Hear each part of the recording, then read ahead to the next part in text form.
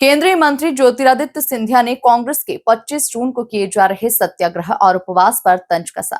उन्होंने कहा कि जिस संविधान को पैरों तले रौंदा था, अब उसी काले दिन की 50वीं बरसी पर ये लोग संविधान की दुहाई दे रहे हैं।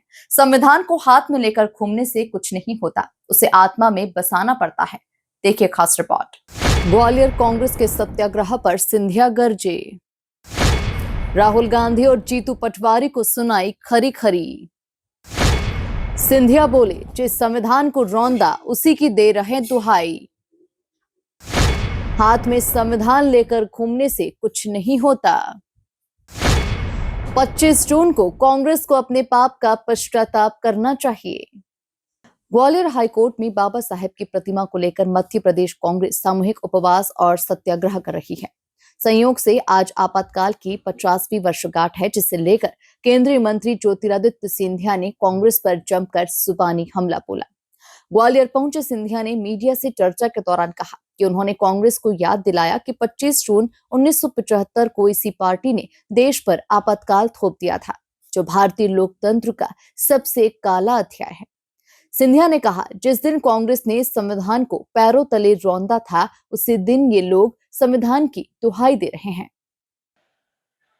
और जिस दल के माथे पर ये काला धब्बा है, यह वर्ष 50वीं मैं तो कहूंगा शब्द का इस्तेमाल करूंगा, क्योंकि हमारे संस्कृति में ये शब्द बहुत संभल के इस्तेमाल किया जाता है।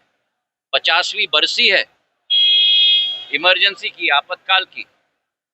इतना ही नहीं, सिंधिया ने राहुल गांधी की लाल किताब पर तंज कसते हुए कहा कि संविधान को सिर्फ हाथ में लेकर घूमने से कुछ नहीं होता, उसे आत्मा में बसाना पड़ता है।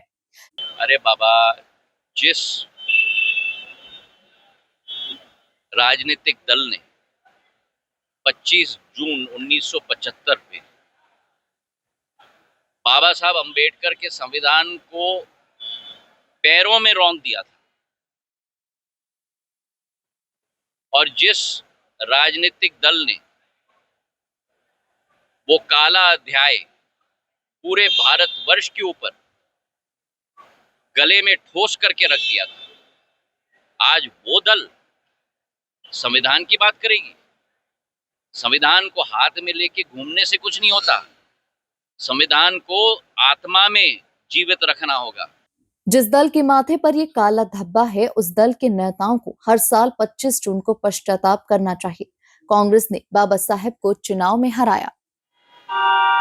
उनको तो हर वर्ष 25 तारीख को, मतलब कल के दिन का पश्चाताप करना चाहिए। तब शायद उनके जो घिनौने हरकत हुए हैं, उनके पाप धोने का समय 25 तारीख हर साल का होना चाहिए। और वो दल आज संविधान की बात करे, वो दल आज बाबा साहब अम्बेडकर की बात करे। जिस दल ने चुनाव में बाबा साहब अम्बेडकर के विरुद्ध प्रत्याशी खड़ा किया, उनको हराया, जिस दल ने बाबा साहब अम्बेडकर को अपने कैबिनेट से अलग कर दिया, वो दल बाबा साहब अम्बेडकर की बात करेगी। मैं तो मानता हूं कि जो हमारी विचारधारा और सोच है, उल्टा चोर कोतवाल को डांटे, ये कपड़े पहनकर कांग्रेस घूम रही है। धन्यवाद। ग्वालियर में मंगलवार को होने जा रहे एमपीएल 2025 सीजन 2 के फाइनल मैच के कार्यक्रम में शामिल होने के लिए केंद्रीय दूरसंचार मंत्री ज्योतिरादित्य सिंधिया ग्वालियर पहुंचे। ग्वालियर एयरपोर्ट पर कार्यकर्ताओं ने उनका जोरदार स्वागत किया। एमपीएल ने देश के सबसे बड़े टूर्नामेंट आईपीएल को 11 खिलाड़ी दिए। आने वाले समय में मध्य प्रदेश क्रिकेट लीग के खिलाड़ी देश के लिए खेलते हुए नजर आएंगे। नई ऊंचाई छूने जा रहा है। मध्य प्रदेश लीग का फाइनल मैच आज शाम को आयोजित किया जा रहा है।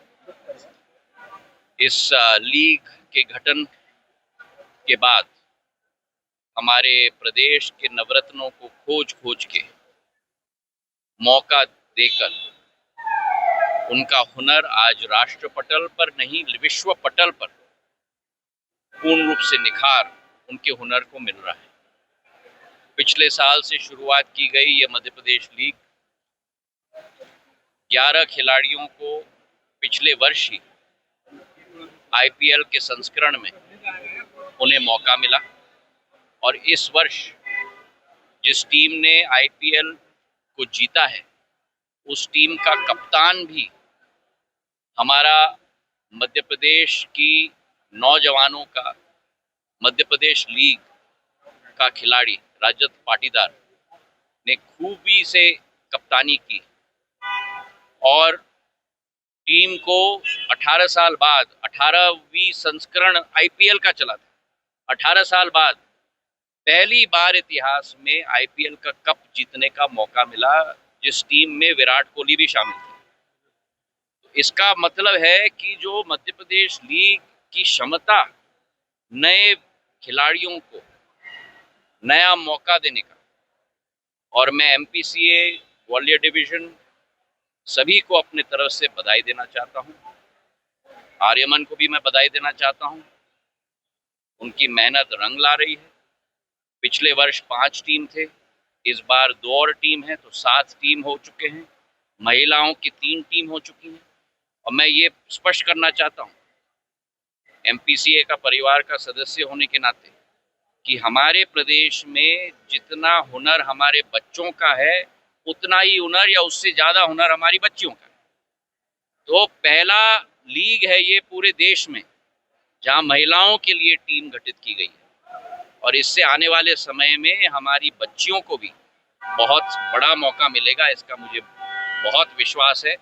आज केवल इंद्र देवता हमारा साथ दे दे शाम के समय में, और उसके बाद फाइनल बहुत रोमांचक होगा, इसका मुझे पूर्ण विश्वास है। और आप सब लोग भी आमंत्रित। कुल मिलाकर आपातकाल की बरसी पर सिंधिया ने न सिर्फ कांग्रेस का काला चिट्ठा खोला बल्कि जीतू पटवारी को भी खरी खरी सुना दी।